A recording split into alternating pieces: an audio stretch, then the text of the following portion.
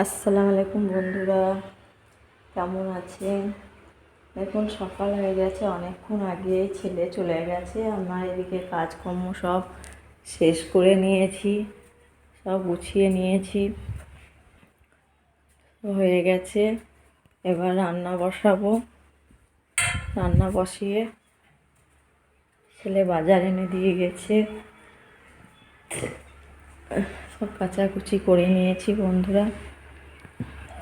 দেখুন এদিকে ধানগুলো কেটে নিয়েছে, মাঠে ছাগলগুলো কেমন খাচ্ছে, শেষ করে দিয়েছি দিয়ে। দেখুন ছেলে বাজার এনে দিয়েছে, ব্যাগে এখনো রাখা আছে, ঢালা হয় নাই। এদিকে ভাত বসিয়েছি, এদিকে ভাত বসিয়ে দিয়েছি। এদিকে ছেলে কি এনেছে আমি এখন কিছু দেখি নাই। ধনের পাতা এনেছে, দেখুন কি সুন্দর তাজা তাজা ধনের পাতাগুলো, দেখুন খুব সুন্দর ধনের পাতাগুলো। ধনের পাতা এনেছে। এখানে একটা বাঁধাকপি আনতে বলেছিলাম, সেই জন্য একটা বাঁধাকপি এনেছে। আলু দিয়ে মাংস আছে, মাংস আলু দিয়ে তো রান্না করব। এদিকে পেঁয়াজ ছিল না, পেঁয়াজ আর কাঁচা লঙ্কা এনেছে।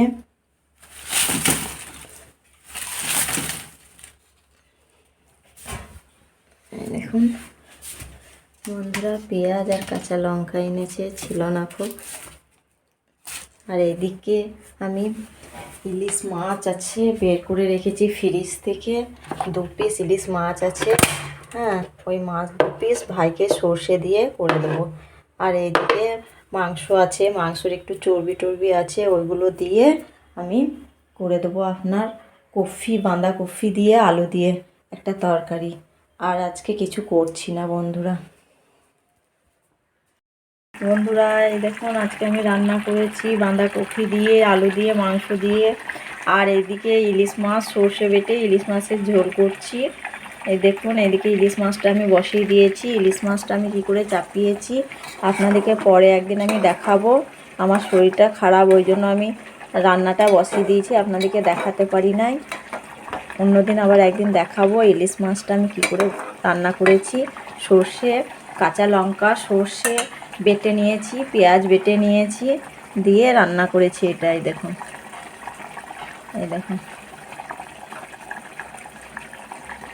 এরকম করে রান্না করলে খেতে ভালো লাগে।